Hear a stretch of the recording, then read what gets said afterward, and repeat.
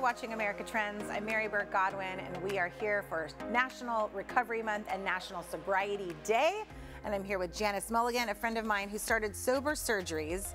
And I just love this concept. I tell so many people that I know about this. Now, whether they call you or not, is that not up to me? But so we were talking before the break about, needing to advocate for yourself. If you know, if you're in recovery and or you just think, hey, I don't even want to take the risk of getting addicted to opioids, they can call you and look this up and utilize some of these tools. So one of the things you were talking about is advocating for yourself and knowing ahead of time. And then what are some of the other services that you provide for your clients? So I provide two services. I will provide a 90-minute sober surgery plan. So you get a 30-minute call with me, and then we talk about what surgery you have coming up, and then I'll create a sober surgery plan for you.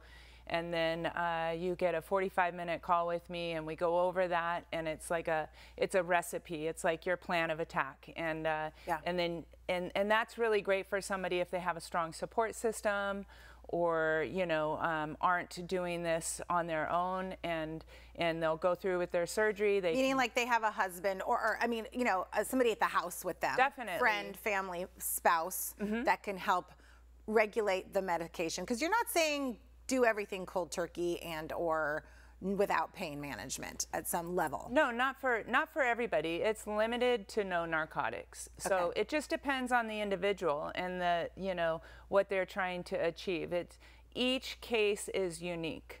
So it just depends on, just like recovery. Exactly. Each case is unique. And so, because I think that some people might think I'm not doing that because I need to be knocked out or I need to be whatever, but there are options that are out there that are just not narcotics. They're not opioids, right? Yes. So talk to me about some of those options. So there are different options, and I'll just say you're not awake during surgery at all. You're not. That's a big thing I think people need to know before they go to you, because you're not trying to say lay on the table and cut me open, right? Right. I'd be like, run. Yeah. Yes. So that is not the case at all. But opening up that conversation with your doctor, with your anesthesiologist, that there are alternatives. There is alternative pain medication that isn't going to trigger your addictive nature, and they help just as much, the same. And sometimes if we're taking the narcotics, we feel superhuman. We end up overdoing, and so there is a level, there is pain, but there's no suffering, and there is a little bit of pain, but there's no suffering. And for somebody in recovery, I don't want to suffer today. I have this whole program, or this design for living, that not only without putting substances into my body, there are other avenues of preparing for surgery that it can help heal my spirits and heal my soul, and put me on a road of recovery physically and mentally. And because the pain that you might feel, the 75% or whatever, or the 25%, the smaller amount of pain, it is fleeting. It feels like it's not in the moment. Right. But you're not then going to wake up with a detox and the shakes and all the other things that happen once you're trying to come off of it. Right, absolutely. Off the narcotics. And I think that having someone like myself who's gone through 9 surgeries and not used narcotics, there is 9. A level. That's incredible. You had a knee surgery, right? Yes, an ACL replacement surgery. Yep. And that, I have had a total hip replacement. I have had cosmetic surgery. He's like, what? So you've done all the gamut. Yes.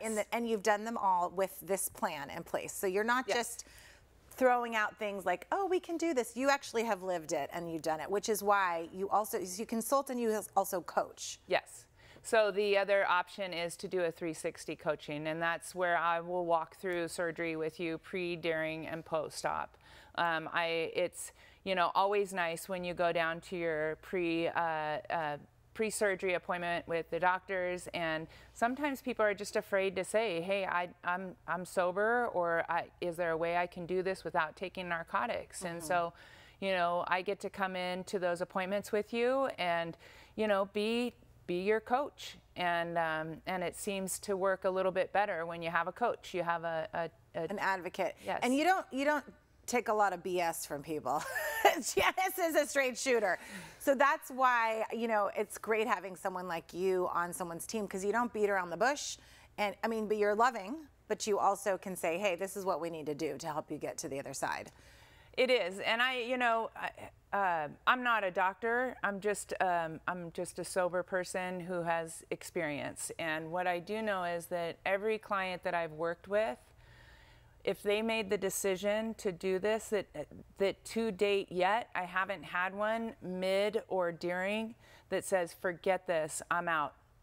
You know, I'm going for it. I'm quitting, you know. That's an interesting fact, you know, yeah. So it's been very helpful. And, you know, I know we haven't talked much about it, but I have 5 kids. And out of those 5 kids, I've had 3 surgeries. My one daughter has had 3 foot surgeries. And every one of those surgeries, 2 when she was 14 and 1 when she was 16, all of those surgeries she has done without narcotics. Wow. Which is huge. That is huge, especially for a teenager. Especially for a teenager, and with what we have going on in this world today. Yeah. And the fact that there are tools, and you know, it just has made all the difference in the world in her recovery and her continual growth as a teenager. Right. You know, without unleashing something that could possibly Derail her, yeah. And everything that she's doing in her life. Because people that take the pain killers, speaking of like the TV show Painkiller, and how the opioid epidemic just became such an issue, is that people thought that we're trusting their doctors to just take away the pain, that we immediately want to feel better. And no one's going into it intentionally becoming addicts. It just happened because it's so addictive. And so a teenager specifically is thinking, you know, help me take away this pain. And they could definitely go down the wrong path. Oh, definitely. And then the time comes where there's no more. And so then what do you do? Yeah. Well, then that's how the whole heroin, I was just listening to a podcast about this, the epidemic of heroin that spawned from that. Exactly. Yeah. Oh my gosh, we could talk forever, I know, but we're out of time now. I want people to go to your Instagram or your website, sobersurgeries.com, or at Sober Surgeries Inc. And you also have an amazing book that I want to plug, Power in the Pause. That is so important because you send out morning text messages to a group of people that are inspiring and help people through. And I love that you're giving people hope that are in recovery or that just don't want to have to deal with recovery or get there. So thank you so much for your time today, Janice. It's a pleasure. Janice Mulligan of SoberSurgeries.com. Power in the Pause. And your new book is called? Upon Awakening. Upon Awakening, coming out soon. Coming out in a couple months. Awesome. Thank you so much for joining us today. Thank you for having me. There's a lot of recovery on the show. I love it. I think 160 years of recovery we have on people on this show. We'll see you again tomorrow night.